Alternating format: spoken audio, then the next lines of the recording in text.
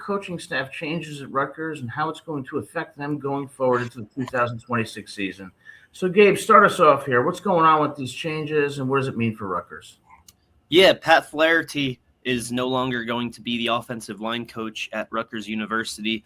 Coach Schiano made that clear yesterday. He announced that Flaherty wasn't coming back. And, he's had a very up and down tenure at Rutgers University. He has coached for NFL talent such as Holland Pierce, Gus Zelinskas, Kwabena Asamoah, who made an all-Big Ten team. Gus Zelinskas, he's hovering around that could he get drafted, maybe he won't get drafted territory. So he's had talent. The interior offensive line was pretty solid this year. It was really the outside, the Taj Whites, the Tyler Needhams, the Mashoud Giwas, that weren't necessarily the greatest. And I know that right before the show, John Stone, who is a backup offensive lineman, he announced that he will be entering the transfer portal. Who knows if that's in relation to this move or if he was already going to. But in terms of Pat Flaherty and Jason, what's good?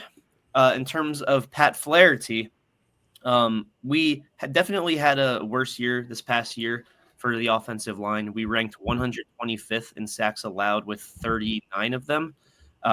And we ranked 83rd in total rushing yards per game.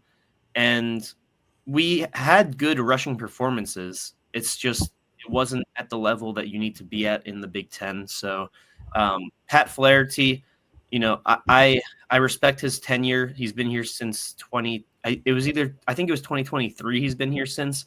And we had 2 good years under him. Just this year wasn't up to the standard.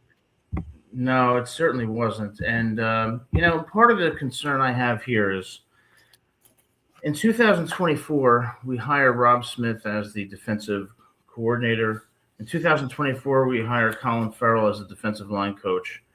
And then Zach Sparber, 2024, hired as the co-DC and linebackers coach. Now, we know the defense didn't play well this year, but now we have Pat Flaherty, who's been here since, I believe, 2022, who was coaching the O-line. So we got 4 coaches gone, okay? 4 coaches hired by Coach Schiano. And, where am I going with this?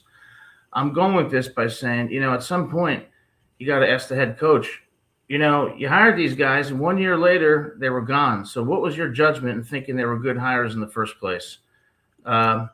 Because the way that this season went on defense, the defense was atrocious, okay? Absolutely atrocious. And now you're firing 3 coaches.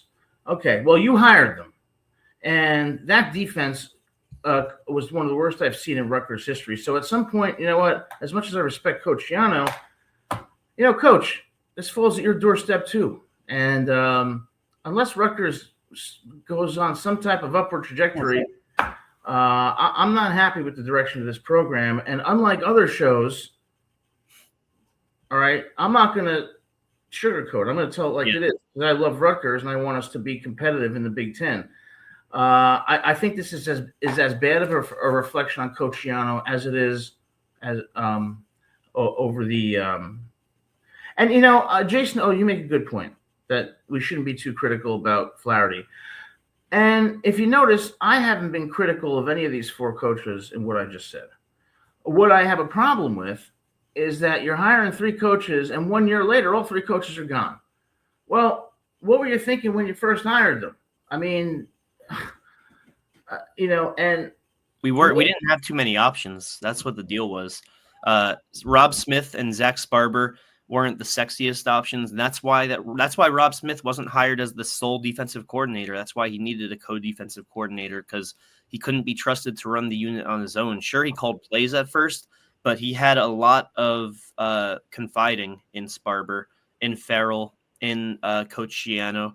So it wasn't all on Rob Smith, because his role wasn't solely the defensive coordinator. It was sort of a committee effort on defense, one that going into the year, we had a feeling couldn't be trusted. But with all the talent that got transferred in, you would have thought that the defense would have been a part of our identity, let alone present. And it simply wasn't. With that being said, not every Coach Schiano hire has been bad. Coach Kirk Sieroka, the offensive coordinator, excellent. Quarterbacks coach, excellent. Running backs coach, solid. Pat Flaherty, his tenure at Rutgers, even with a subpar year this past year, it was still a good tenure for Rutgers University, and he's worked closely with Shiano. They've been very close in the past. So to me, this firing shows Shiano putting his ego aside, his personal relationships aside, and saying, "I got to do what's best for the program." Well, I think Flaherty has done a reasonably good job, and certainly I'm not going to criticize him. And I'm not going to criticize Rob Smith or Colin Farrell either, and I'm not going to criticize Zach Sparber. In fact, what just happened? Mike Elko of Texas A&M is hiring Zach Sparber to their defensive staff before the playoffs. You're kidding. No. Mike Elko of playoff-bound Texas A&M Aggies hiring Zach Sparber, adding Zach to the defensive staff at A&M before the playoffs. And that tells me one thing. Tells me Zach Sparber is a pretty damn good coach. He must be pretty good if Mike Elko's hired him.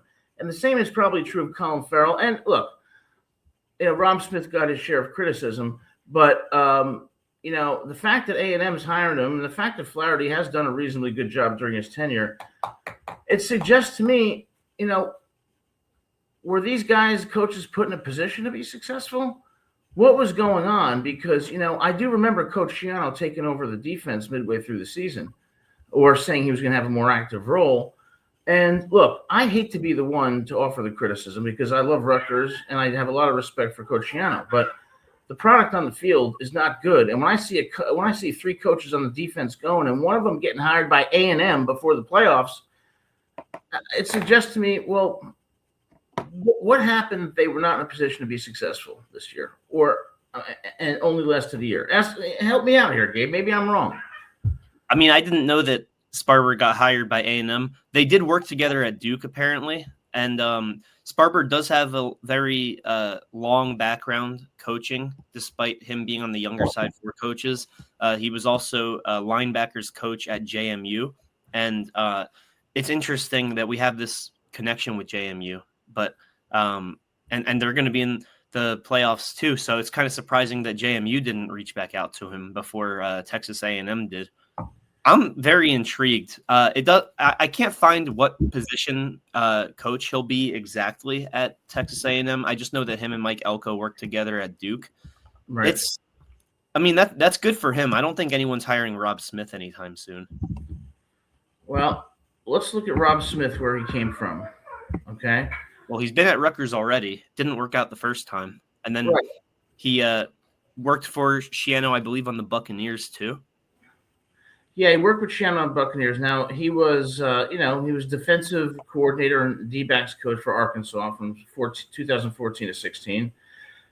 Same position at Minnesota from 17 to 18. He was an analyst. I'm talking now about Rob Smith, an analyst at A&M in 2019. And the guy was also, he started out as a graduate assistant at Iowa. So the guy's got a pretty damn good pedigree.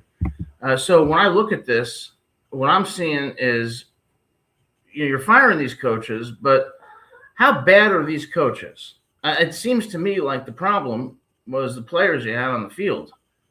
And, look, Flaherty is a good coach. Rob Smith comes from big-time schools. Zach Sparber's going to A&M. So were these coaches in a position to be successful? No, because I think the player evaluations we got for our transfers wasn't very good.